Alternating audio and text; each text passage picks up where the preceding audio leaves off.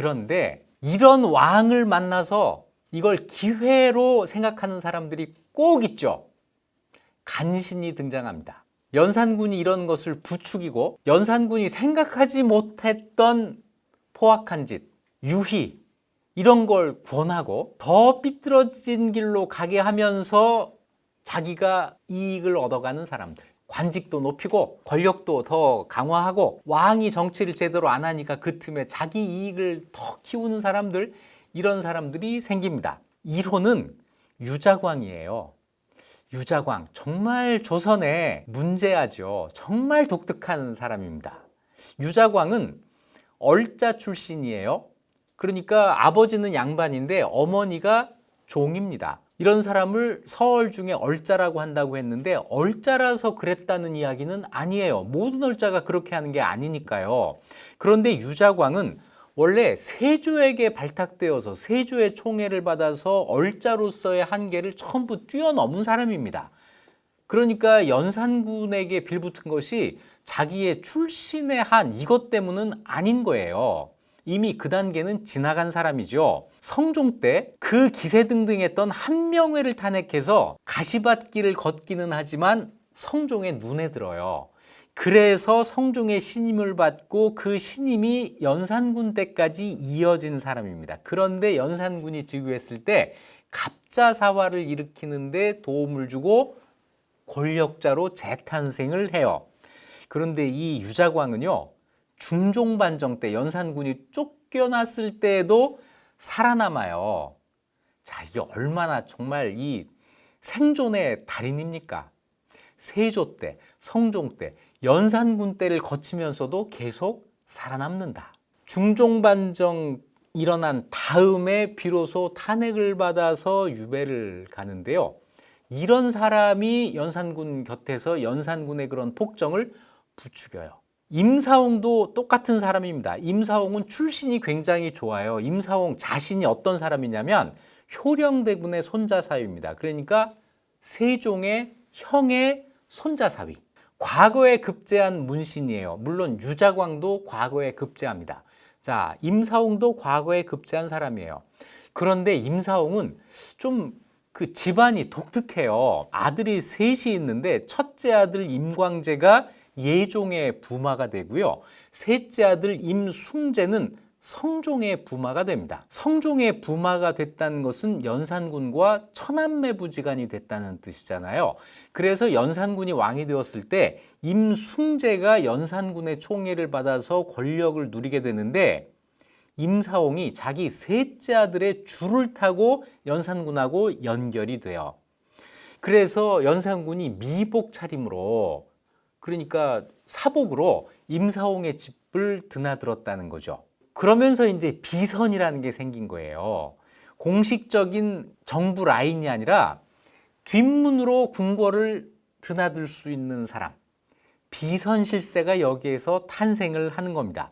이 사람도 역시 갑자사화의 빌미를 제공하는데 임사홍은 갑자사화 때 좀 납득하기 어려운 일 하나가 있어요.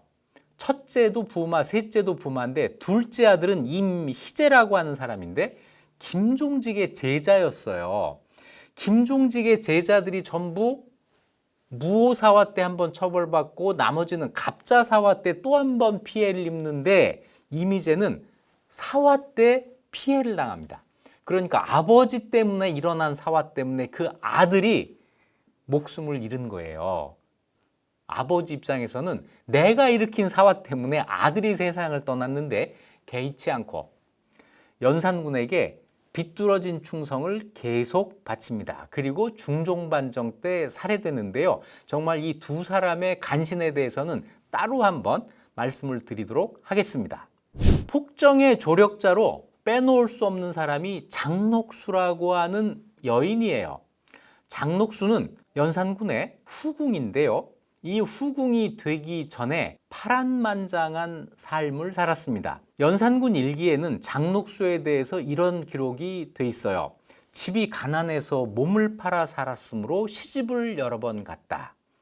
자, 이건 뭐냐면 집이 가난해서 자기를 먹여 살릴 수 있는 사람에게 계속 몸을 팔았다는 이야기예요. 그러다가 제한대군의 노비와 결혼을 했다. 제한대군이 누구냐면 예종의 둘째 아들입니다. 이 왕실에 노비와 결혼했다는 것은 그때 장녹수의 신분이 노비와 거의 비슷한 지경에 이르렀다는 걸 뜻해요. 천민 수준이었다고 하는 거죠. 자, 그래서 이 노비와 사이에서 아들 하나를 낳았는데 여기까지가 중요한 게 아니고 그 다음이 중요해요. 그 다음에 춤과 노래를 배워서 창기가 되었는데 노래를 어찌나 잘했는지 입술을 움직이지 않아도 소리가 맑아서 들을만 했다. 이건 신기 아니에요? 정말 이런 절묘한 기술이 있었고 그 다음은 더 놀라운 일이 있는데요. 나이가 30이 넘었는데도 얼굴은 16살 아이와 같았다. 이거 뭐 성형외과가 필요 없는 그런 미모를 가지고 있었다는 얘기예요. 이런 소문이 난 겁니다. 이 소문을 듣고 연산군이 기뻐하며 궁중으로 들여라 이랬다는 거예요. 이로부터 왕의 총애가 날로 심해져서 말하는 걸 모두 들어주었고 수권, 이거는 후궁, 내명부의 종사품 관직입니다. 수건으로 봉했다. 얼굴은 중간 정도를 넘지 못했으나 그렇게 예쁜 얼굴 아닌데 이건 너무 주관적인 그 평가 아니에요? 보는 사람 따라 다르죠. 연산군은 다르게 봤을 수 있어요. 하지만 누가 봐도 예쁜 얼굴은 아니었다. 뭐 이런 얘기겠죠. 그런데 얼굴 때문이 아니라 남모르는 교사스러움과 요사스러운 아양이 견줄 사람이 없었다. 여기에 연산군이 빠진 거예요. 그래서 왕이 혹해서 상을 내린 게 거만, 정말 수만이었고 왕실 재물을 기울여서 모두 그 집으로 보냈고 금, 은, 보석을 다 주어서 그 마음을 기쁘게 했으며 노비, 전답, 가옥도 내려준 것이 이루 셀 수가 없을 정도였다. 그랬을 거예요. 연산군 입장에서는 온 나라의 재물이 다 내 건데 내 걸 내가 좋아하는 사람한테 주는 게 무슨 문제가 됐겠어요? 다 줬겠죠. 그런데 이 다음 대목은 이거는 좀 뭔가 좀 성적으로 문제가 있었구나 하는 이런 생각을 하게 되는데요. 왕을 조롱하기를 마치 어린아이 대하듯 했고 장녹수가 왕을 그렇게 대했고 왕에게 막 욕을 하는데 종대하듯 했다. 자기 종한테 욕하듯이 왕한테 막 욕을 했다는 거예요. 연산군의 입장에서는 이거 좀 성적으로 이게 문제가 있는 거 아닙니까? 이런 상태였던 것 같아요. 왕이 몹시 화가 나 있어도 장녹수만 보면 기뻐하며 웃었다. 이러는 바람에 왕이 무조건 장녹수 말을 들어 이런 소문이 퍼지니까 사람들이 전부 장녹수한테 줄을 섰겠죠. 장녹수에게 사람들이 막 줄을 서고 상 주고 벌 주는 일이 전부 장녹수의 입에 달렸다. 임사옹, 유자광뿐 아니라 장녹수가 또 있었던 거예요. 이렇게 간신들 그리고 이 여인이 만들어 놓은 가상의 세계에서 연산군이 세상을 못 보고 있었던 겁니다. 그리고 그 안에서 자기만의 세상에 빠져서 자기만 정말 진시황 부럽지 않은 그런 활락을 즐기고 있었던 거예요. 이러다가 더는 못 참겠다. 임사옹, 유자광, 장녹수 빼고 누구도 연산군을 이제 참지 못하겠다라고 하는 이런 순간이 오게 되죠. 12년 동안 사람들이 그런 상황에서 살다가 왕을 쫓아내겠다는 생각을 하게 된 겁니다. 왕을 쫓아낸다. 이거 어디에서부터 시작이 된 거냐면요. 조선을 건국한 사람들이 딱 내놓은 질문이 뭐예요? 임금이 민심을 잃으면 어떻게 해야 하는가? 이런 질문이었어요. 그때 정도전을 비롯한 고려 말의 사대부들이 어떤 대답을 냈죠? 맹자도 민심을 잃은 국왕은 쫓아내는 거라고 얘기를 했다. 쫓아내야 된다. 자, 이걸 혁명이라고 했어요. 성을 바꿨으니까 역성혁명이라고 해서 왕조를 바꾼 거잖아요. 자, 그 다음에 새 왕조를 만든 사람들에게는 당연히 그게 문제가 되죠. 앞으로도 임금이 민심을 잃으면 어떻게 해야 하지? 혁명을 해? 그러면 자기들이 만든 나라를 자기들이 스스로 부정하게 되잖아요. 그래서 혁명은 자주 할 수 있는 게 아니다. 그렇다면 어떻게 해야 하나? 정도전은 다른 방법을 찾았어요. 뭐냐면 왕이 정치를 하면 왕에게 책임을 묻기가 어려우니 책임을 다른 사람이 지도록 합시다. 누가 지냐면 수상이. 가장 높은 관직에 있는 사람이 책임을 지게 합시다. 그러면 그 사람이 책임을 지려면 책임을 질 만한 권한이 있어야 되는 거잖아요. 그러니까 정도전은 재상이 권한을 가지고 정치를 하고 그 정치에 대한 책임도 재상이 지게 합시다. 왕은 그대로 있으니까 왕조가 바뀌지 않더라도 잘못된 정치에 대한 책임은 누군가가 지게 되는 거잖아요. 책임 정치, 이게 정도전의 아이디어입니다. 저 여러분도 여기에 동의하시죠? 그래서 제가 정도전을 참 훌륭한 정치가라고 평가를 하는 건데요.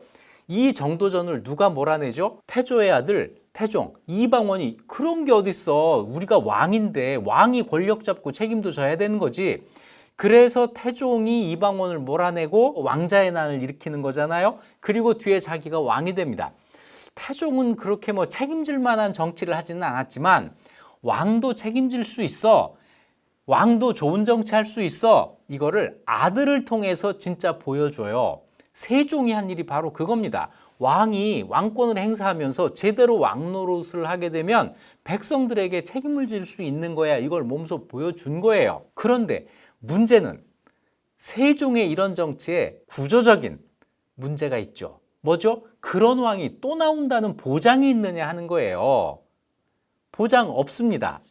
정도전이 생각한 대로 왕은 아버지를 잘 만나서 왕이 된 사람이기 때문에 본래부터 훌륭한 사람일 수도 있지만 어리석은 사람일 수도 있고 심성이 좋은 사람일 수도 있지만 심성이 악한 사람일 수도 있단 말이에요. 정도전이 걱정했던 바로 그걸 연산군이 그대로 증명을 해준 거예요. 자, 정도전이 생각했던 정치가 그대로 갔더라면 연산군과 같은 정치는 안 일어났겠지만 그게 그렇게 되지 않아서 연산군이 왕이 됐고 정도전의 그 걱정은 실제가 됐단 말이에요. 이때 책임을 누구에게 물려야 되느냐. 아무 실권도 없는 연산군 조정의 영의정한테 책임을 물릴 수 있겠어요? 안 되죠. 왕이 직접 정치를 하는 거니까 책임을 왕에게 물려야 된다. 이런 답이 나오는 거고 왕에게 어떻게 책임을 물리지? 쫓아내야 된다. 왕이 정치를 잘못하면 쫓아낸다. 이걸 반정. 이때 정자는 바를 정자를 써요. 바른 정치로 되돌아간다라고 하는 뜻입니다. 그래서 중종반정이 일어나서 연산군을 쫓아내고 중종을 새로운 왕으로 올리는 거죠. 이래서 연산군 12년 정치가 끝이 납니다. 여러분 저 옛날에 소시적에 물론 지금도 공부한 학생들도 있겠지만 한국사 교과서 보면 조선 전기에는요. 외울 게 굉장히 많아요. 어떤 왕이 뭘 했고 어떤 왕이 뭘 만들었고 어떤 왕이 어떤 관청 어떤 제도 처음 실시했고 외울 게 많잖아요. 이 100년 동안은 조선이 계속 새로운 걸 만들고 있었어요. 좀 더 좋은 나라를 만들기 위해서 좀 더 좋은 정치를 하기 위해서 뭔가를 계속 건설을 하고 있었습니다. 100년 동안 이렇게 해왔는데 연산군이 12년 동안 왕위에 있으면서 100년 공든탑을 하루아침에 아니죠. 12년 만에 무너뜨렸어요. 공든탑이 무너지랴? 무너졌습니다. 연산군을 만나면 무너질 수 있다예요. 이래서 연산군을 쫓아낸 것은 조선이 가지고 있는 자정 능력이라고 볼 수가 있죠. 무너지는 것을 역사가 후퇴하는 것을 더 이상 참고 볼 수 없다고 하는 사람들이 연산군을 쫓아낸 겁니다. 물론 성공을 했으니까 그냥 중종반정이 일어났다 또는 성공했다라고 하지만 이걸 일으킨 사람들은 목숨 걸고 이 일을 한 거예요.